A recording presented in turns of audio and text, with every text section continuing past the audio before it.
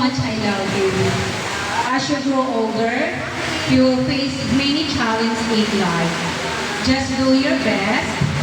Life is not waiting for the storm to pass, but it's about learning to dance in the rain. Ang ganda nun, ha?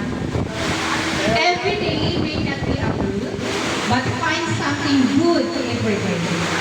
Ganda din talaga ng message sa'yo para sa ating lahat, not only for pamilya. Tapos may love siya.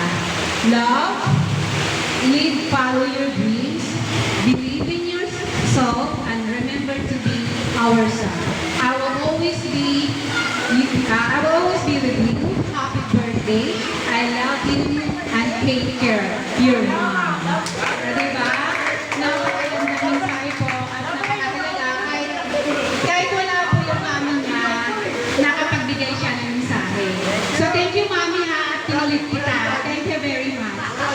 So ito namang hinyan ko ng mensahe at kanyang BFF talaga. So long time BFF niya. So hinyan natin ng konting mensahe kung ano. Alam naman natin na lahat natin si Pare Eric. So tatawagin ko si Kuya Joe.